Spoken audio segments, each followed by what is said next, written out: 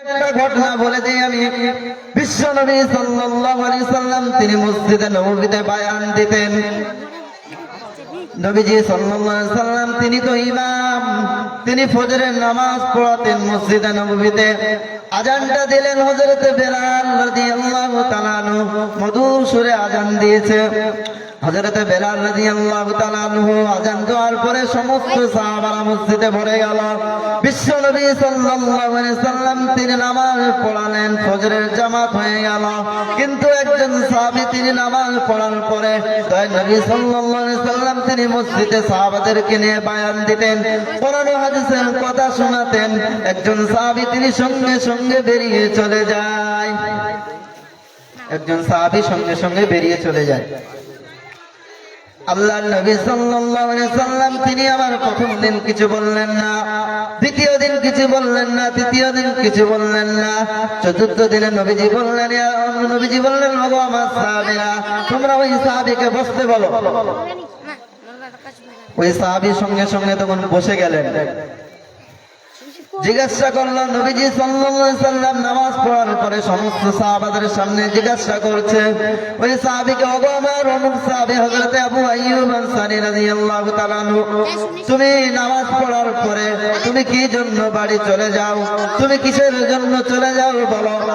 বিশ্ব নবীর সাহাবী হযরত আবু আইয়ুব আনসারী রাদিয়াল্লাহু তাআলা আনহু তিনি সঙ্গে সঙ্গে কাঁদতে শুরু করে দিলেন। তিনি কান্না করতে শুরু করে দিলেন। দয়ার নবী বলেছিলেন, ওগো আমার সাহাবীরা, তুমি কাঁদছো কেন? কিসের জন্য বলো? আমি তো তোমাকে খারাপ কথা বলি নাই, আমি তো তোমাকে ধমক দেই নাই, তুমি কান্না করো কিসের জন্য বলো?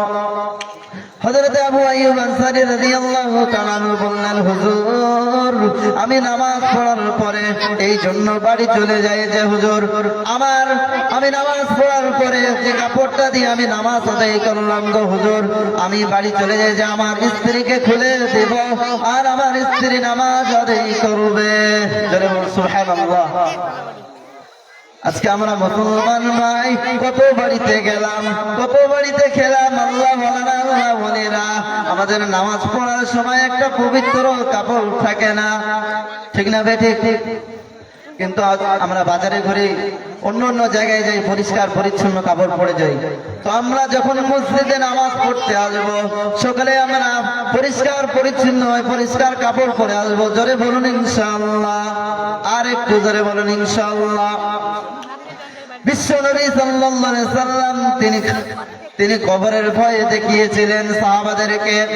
দয়ার নবী সাল্লাল্লাহু আলাইহি সাল্লাম যখন কোন কবরস্থানের পাশ দিয়ে যেতেন, ও আমার ভাইয়েরা, দয়ার নবী সাল্লাল্লাহু আলাইহি সাল্লাম যখন কোন কবরস্থানের পাশ দিয়ে যেতেন, আল্লাহ পাক রব্বুল আলামিন জোরে জোরে জোরে দয়ার নবী সাল্লাল্লাহু আলাইহি সাল্লাম কাঁদতেন, নবীজি সাল্লাল্লাহু আলাইহি সাল্লাম কাঁদতেন।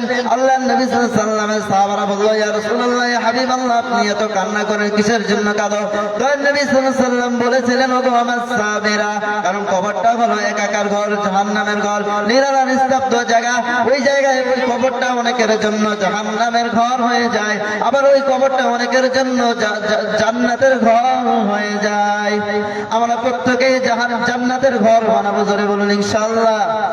আর একটু জোরে সরে বলুন ইনশাআল্লাহ।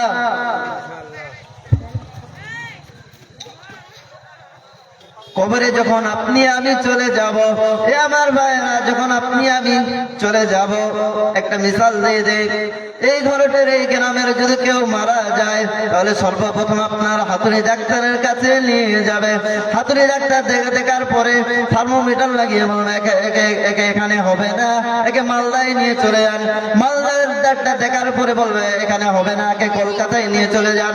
এ আমার ভাইরা, আমার বলার উদ্দেশ্য হলো, এই দুনিয়ার মধ্যে আপনার জান যতক্ষণ আছে, এই দুনিয়ার মধ্যে আপনি যতদিন বেঁচে থাকবেন, ততদিন আপনার এই দুনিয়ার মধ্যে দাম আছে। মৃত্যুর পরে আপনার আমার আর কোনো দাম নাই। বিশ্ব নবী কবরে আপনাকে আমাকে তিনটা প্রশ্ন করবে। কটা ধরে বলুন?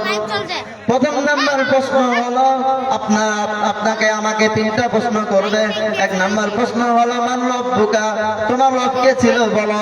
মা দীনুকা, তোমার দিন কি ছিল বলো। ওমান নবিয়ুকা, তোমার নবী কে ছিল বলো। এ মুসলমান ভাই, তিনটা প্রশ্নের উত্তর যদি আপনার আমার সঠিক হয়ে যায়, আমার আল্লাহ খুশি হয়ে কবরটাকে জান্নাতের ঘর বানিয়ে দেবে। আর যদি লাদিরে জানি না কবরটা জাহান্নামের ঘর হয়ে যাবে।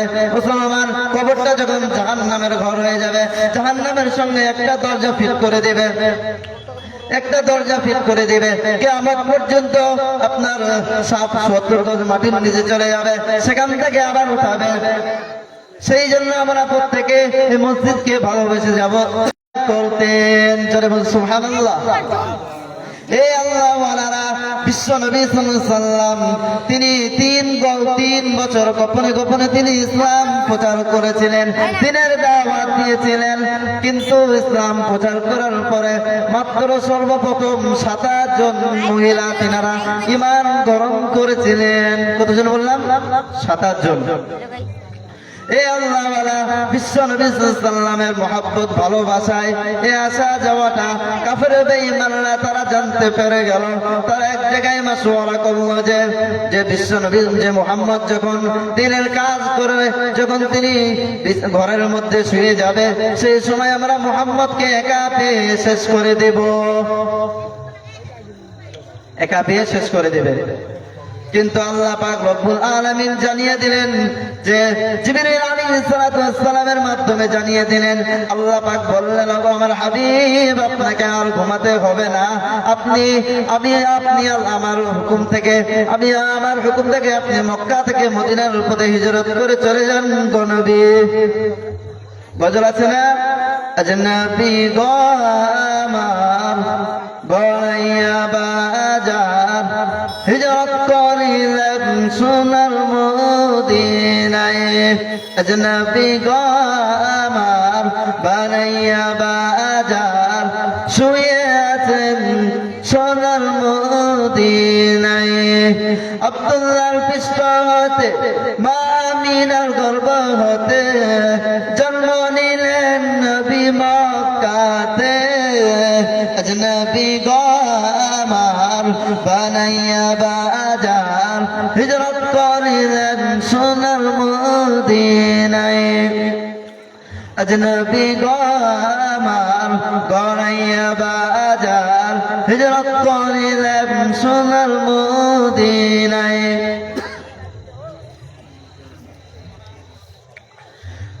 নবী বলেন, হযরত আলী আছে বিছানা খালি।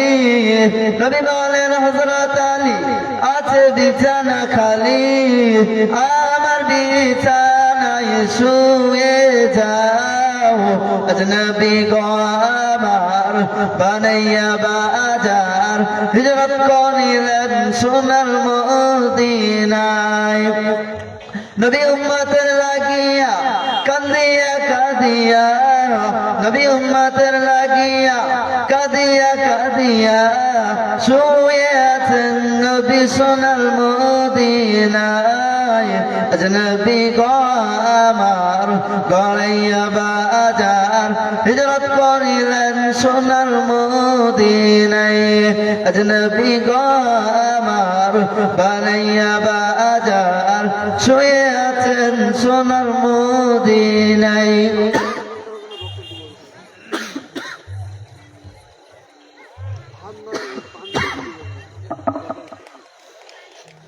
ও মুসলমান দরদে, বিশ্ব নবী সাল্লাল্লাহু আলাইহি সাল্লাম তিনি ইসলামকে তিনি টিকিয়ে রেখেছিলেন। আল্লাহ পাক রব্বুল আলামিনের একজন সাহাবী হযরত বেলাল রাদিয়াল্লাহু তাআলা আনহু, তিনি উমাইয়া বিন খলফের গোলাম ছিল। বেলাল রাদিয়াল্লাহু তাআলা আনহু তিনি চিন্তা ভাবনা করলো যে নবীজির কাছে গিয়ে তিনি কালেমা পড়িয়ে নেবেন।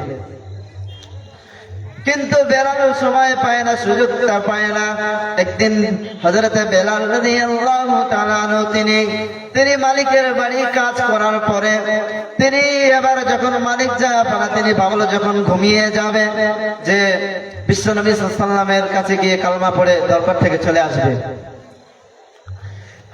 মালিক ঘুমিয়ে গেছে, এবার হযরত বেলাল রাদিয়াল্লাহু তাআলা আনহু তিনি চলে গেলেন দয়াল নবী সাল্লাল্লাহু আলাইহি ওয়াসাল্লামের কাছে। তা নবী সাল্লাল্লাহু আলাইহি ওয়াসাল্লামের কাছে পৌঁছে গেলেন। যাওয়ার পরে বলতে লাগলেন, হুজুর ইয়া রাসূলুল্লাহ ইয়া হাবিবাল্লাহ, আমি আপনার কাছে এসেছি হুজুর, আপনি একটু আমাকে কালেমা পড়িয়ে দিন, যে কালেমা পড়িয়ে দিন।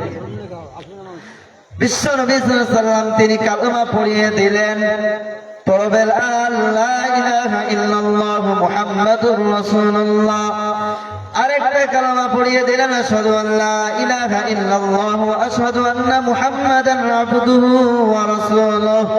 এই বেলাল যখন কালেমা পড়িয়ে নিলেন, পড়ার পরে চলে আসছেন, কিন্তু বেলাল রাদিয়াল্লাহু তাআলা আনহু বিশ্ব নবী সাল্লাল্লাহু আলাইহি ওয়াসাল্লামের কাছ থেকে আসতে মন চায় না।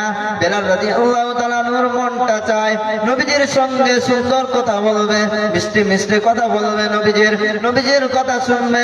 কিন্তু বেলাল রাদিয়াল্লাহু তাআলা